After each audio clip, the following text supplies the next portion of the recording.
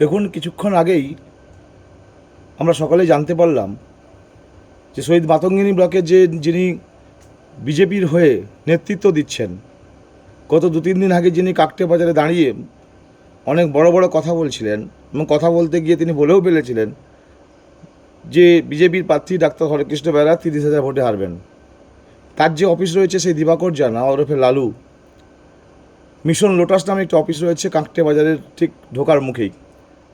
বিগত দিনেও সেখান থেকে 2024-এর লোকসভা বা 2023-এর পঞ্চায়েত নির্বাচন বা 2021-এর বিধানসভা নির্বাচন বিভিন্ন সময়ে বিস্তর অভিযোগ রয়েছে যে সেখান থেকে ভোটারদের প্রভাবিত করার লক্ষ্যে বিভিন্ন সময় বিভিন্ন উপকরণ সেখান থেকে বা উপকরণের যে কুপন সেখান থেকে দেওয়া হতো। তো অভিযোগ পেয়ে নির্বাচন কমিশন সেখানে রেড করেছে। আমরা এই এলাকার শুভবুদ্ধি সম্পন্ন কাকটিয়া সহ শহীদ মাতঙ্গিনী ব্লক তমলুক বিধানসভার শুভবুদ্ধি সম্পন্ন মানুষের কাছে বলতে চাই যে একবার ভেবে দেখুন, যখন বুঝতে পারছে যে সারা রাজ্যে মমতা বন্দ্যোপাধ্যায় চতুর্থবারের জন্য মুখ্যমন্ত্রী হচ্ছেন এবং আমাদের প্রিয় প্রার্থী ডক্টর দীপেন্দ্র নারায়ণ রায় স্বচ্ছতা এবং সততার সঙ্গে যিনি রাজনীতি করেছেন এবং তার জীবনটাই মমতা বন্দ্যোপাধ্যায়ের আদর্শে আদর্শিত, তিনি যখন জয়লাভ করছেন নিশ্চিত, তখন বিজেপির হার নিশ্চিত বুঝতে পেরে এরা পেছন দরজা দিয়ে মানুষকে প্রভাবিত করার চেষ্টা করছে বিভিন্নভাবে। এই শহীদ মাতঙ্গিনী ব্লকের বীর বীরাঙ্গনা মাতঙ্গিনী হাজরা সংগ্রামের পুণ্যভূমিতে দাঁড়িয়ে আপনাদের কাছে অনুরোধ করব, সমস্ত ভোটার জনগণের কাছে, আপামর জনসাধারণের কাছে আহ্বান জানাবো, অনুরোধ করব, আপনারা কোনো রকম প্রলোভনে পা দেবেন না।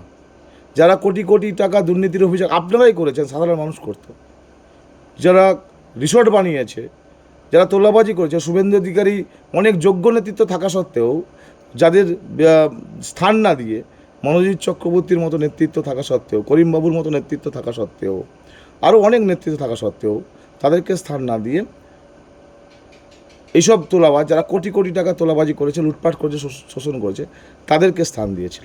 তারা আজকে পেছন দরজা দিয়ে ভোটকে কিনে নেওয়ার পরিকল্পনা করছে।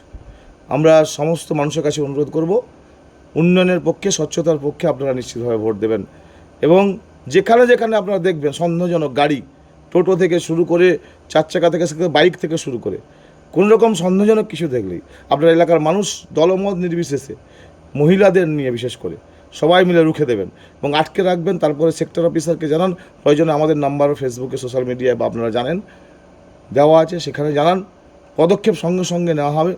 এবং দলীয় সমস্ত তৃণমূল কংগ্রেসের কর্মী সমর্থক আপামর জনসাধারণকে অনুরোধ করব যে আপনারা সজাগ থাকুন, সচেষ্ট থাকুন। গণতান্ত্রিক অধিকারে মানুষ যাকে নির্বাচিত করবে তিনি জয়ী হন, এটাই আমরা চাই, প্রত্যেকে চাই। আমাদের জয় নিশ্চিত, এটা আমরা ওরা বুঝতে পেরেই ওরা এই অপকর্ম করার চেষ্টা করছে।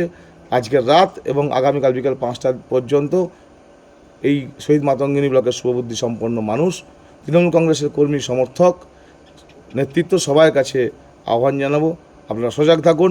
এলাকার মানুষকে সঙ্গে নিয়ে কোনোভাবেই যেন মানুষকে না প্রভাবিত করতে পারে সে ব্যাপারে সজাগ থাকবেন। সুমিত সামন্ত, শহীদ মাতঙ্গিনী ব্লক তৃণমূল যুব কংগ্রেসের সভাপতি।